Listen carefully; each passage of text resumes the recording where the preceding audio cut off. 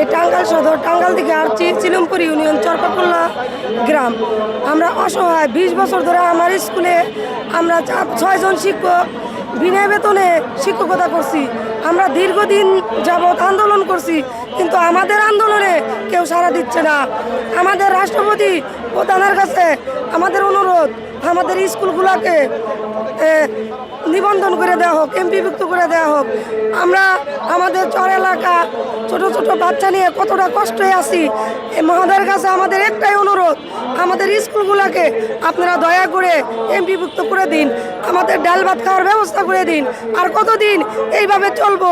বেসরকারি স্কুলে বাংলাদেশে কেউ নাই যে বেতন ছাড়া চাকরি করে। আমরা 20টা বছর ধরে বেতন ছাড়া চাকরি করছি। আমার স্কুল 2004 সালে স্থাপিত। কতদিন আর এইভাবে চলবো?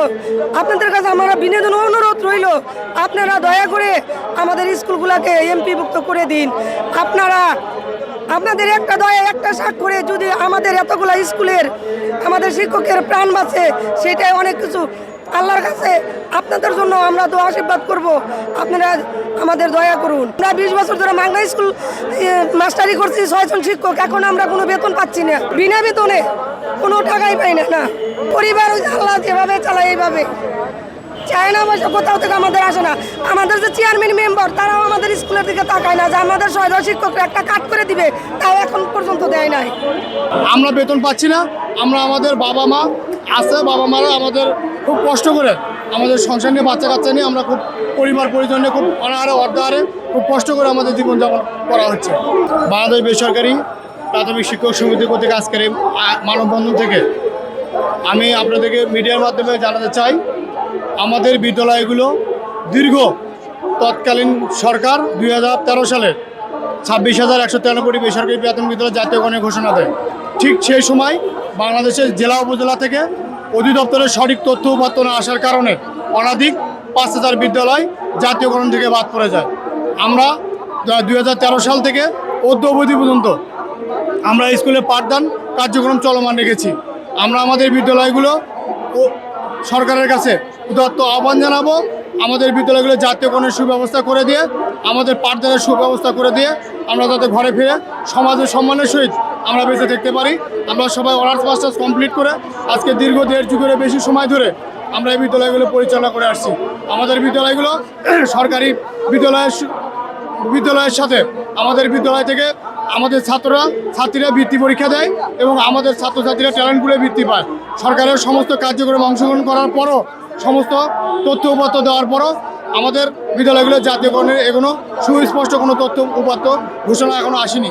তাই আমরা আজকে প্রেস ক্লাবে এসে মানববন্ধনের মাধ্যমে সরকারের মাননীয় প্রধানমন্ত্রী এবং সরকারের প্রতিমন্ত্রী এবং প্রাথমিক শিক্ষা মন্ত্রণালয়ের মন্ত্রী মহোদয়কে আমরা বিনীত অনুরোধ জানাই, অতি সত্ত্বর আমাদের বিদ্যালয়গুলো জাতীয়করণের সুব্যবস্থা করে দিয়ে আমরা সমাজে যাতে মান সম্মানে বেঁচে থাকতে পারি, আত্মমর্যাদার সহিত বেঁচে থাকতে পারি, বাচ্চাদের বিস্কুট উপবৃত্তি চালু করে দিতে পারে এবং আমাদের সমাজে আমরা যাতে 2 বেলা 2 মুঠো ডাল ভাত খেয়ে ভালোভাবে জীবনযাপন করতে পারি, শিক্ষকতা পেশা নিয়ে আমরা ভালোভাবে থাকতে পারি। এটা আমাদের প্রধান দাবি। আমাদের এক দাবি আমাদের জাতীয়করণ না। অন্তর্বর্তী সরকারের সময় আমরা বেশ কিছুদিন আমরা মানববন্ধন করেছি, আমরা অবস্থান কর্মসূচি করেছি, কিন্তু তখনও আমাদের কনসালটেশন কমিটি অনধিক 5,000 বিদ্যালয় জাতীয়করণের সুপারিশ করা হয়েছে। মন্ত্রণালয় থেকে আমাদের শুধু আশ্বাস দেওয়া হয়েছে, কিন্তু কার্যকর কোনো পদক্ষেপ করা হয়নি। এই কারণেই আমরা আজকে আবারও রাজপথে এসেছি।